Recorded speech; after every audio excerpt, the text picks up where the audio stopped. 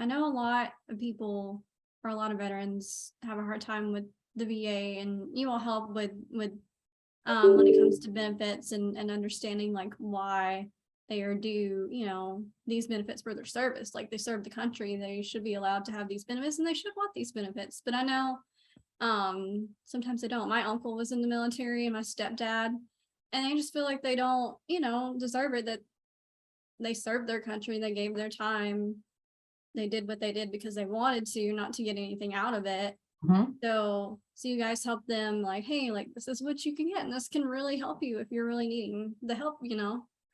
Absolutely. So one of the biggest things that we encourage people to do is to look into their VA entitlements. And, I served, and my dad was the same way. He really never filed his VA paperwork. And when he passed away, a veteran service officer from Davidson County convinced me to do some research and get my dad's medical records and submit them to the VA. And my mom, as a surviving spouse, gets money every month because I did that.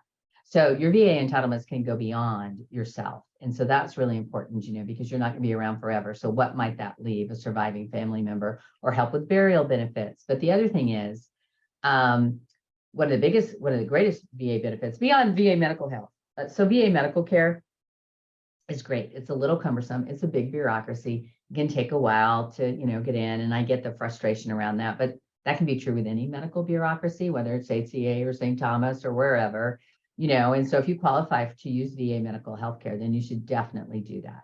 And so we're going to help people. We have on our staff healthcare navigators. And so they're going to help folks navigate that a little bit to get into the VA and convince them to do that. And then help them with the rules change for the VA a lot. And so what are the new rules coming out and access? For instance, now anyone enrolled or not, a veteran either enrolled or not enrolled can go to any facility if they're in a mental health crisis, and the VA will pay for that. And there's certain rules, we can help people explore that and all of that. But one of the biggest benefits, especially if you're a post 9/11 veteran, which that was over 20 years ago, so a lot of folks are, you may be entitled to really robust GI Bill benefits.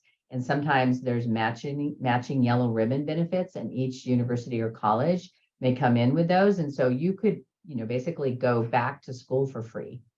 So let us help you navigate that. What does that look like? That's a huge entitlement to be able to do that. So maybe you've got, your associate's degree and you want to get your bachelor's of arts, and maybe you've got a BA and you want to go back and get your MBA, and so all of those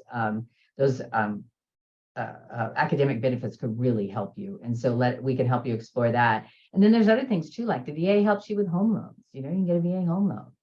And, there's just so many great things that you're entitled to. And so a lot of folks are like, oh, I just did it because I wanted to. Yeah, no, you did, but you earn these entitlements and they're going to benefit a lot of folks, if you take advantage of them. Because here's the thing, if you get your VA benefits, you're going to help the local economy because you're going to spend that money there in your hometown, So, it goes further than yourself. And that's what we try and convince people.